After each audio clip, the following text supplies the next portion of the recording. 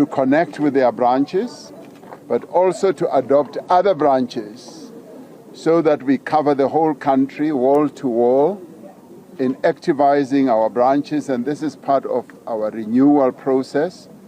So for me to be in my branch meeting and encouraging the branch to be more active, to be renewed, and to be united and to be more connected with the issues in the community was quite encouraging. I found that the branch is a branch that is alive.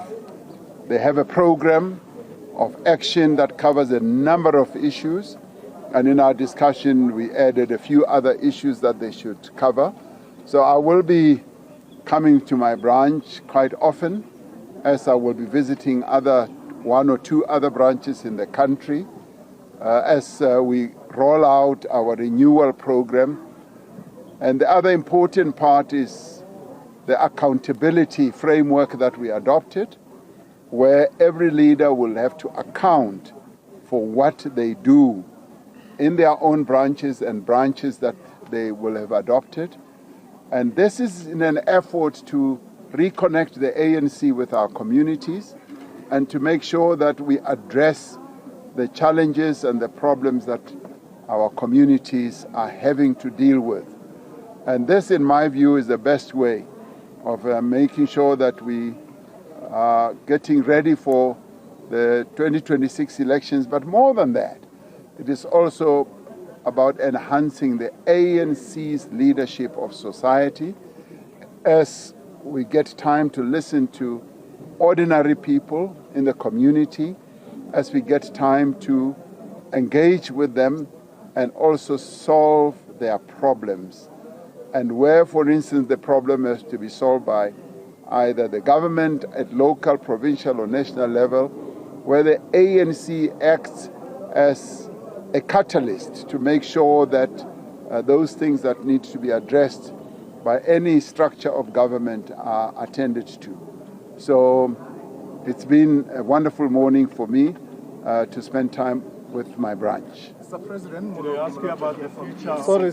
Let's just have a bit of order. We start 1, 2, 3, 4. One question. Yeah. Did I ask you about the future of the GNU? No. It did come up as I was telling them about some of the challenges that we have faced in, say, adopting the budget. And I informed them that the National Executive Committee is the one that is going to discuss precisely what the ANC now needs to do as we deal with these challenges, where a number of parties, particularly also parties that are part of the GNU at national level, have voted against the budget. So that matter, I said to them, will be discussed by the NEC, and they accepted that. So that's precisely the path that we are on.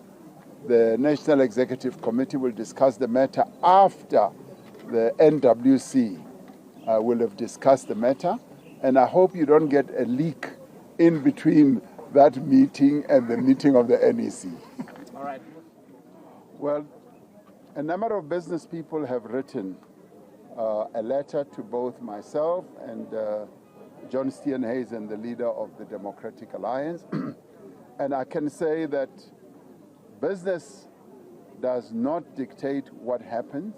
One in government does not dictate what happens in the ANC that I lead. We take our own decisions based on our considerations of everything that will advance the interests of our people. But of course, like any other citizen, they are entitled, as any citizen is entitled, to express their views, their wishes, and their fears. And all of us here as South Africans, we have views and fears and aspirations. So they too are entitled to do so. But in the end, I want it to be clear that the ANC will not be influenced by what business says. We are principally influenced by what our people say.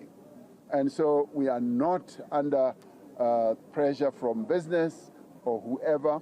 if we are under any pressure, it is pressure that comes from our people, and our people as a whole, not only ANC members.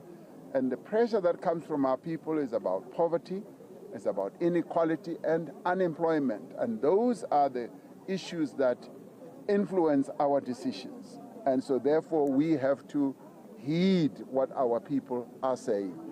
As regards what is happening in the United States, we have noted and we have seen some of those demonstrations, and these are matters that are happening in the United States.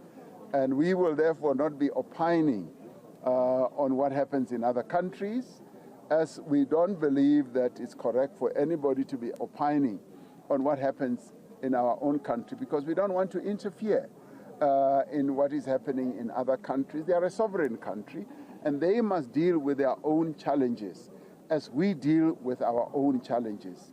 And that is as far as we can go about what we are observing.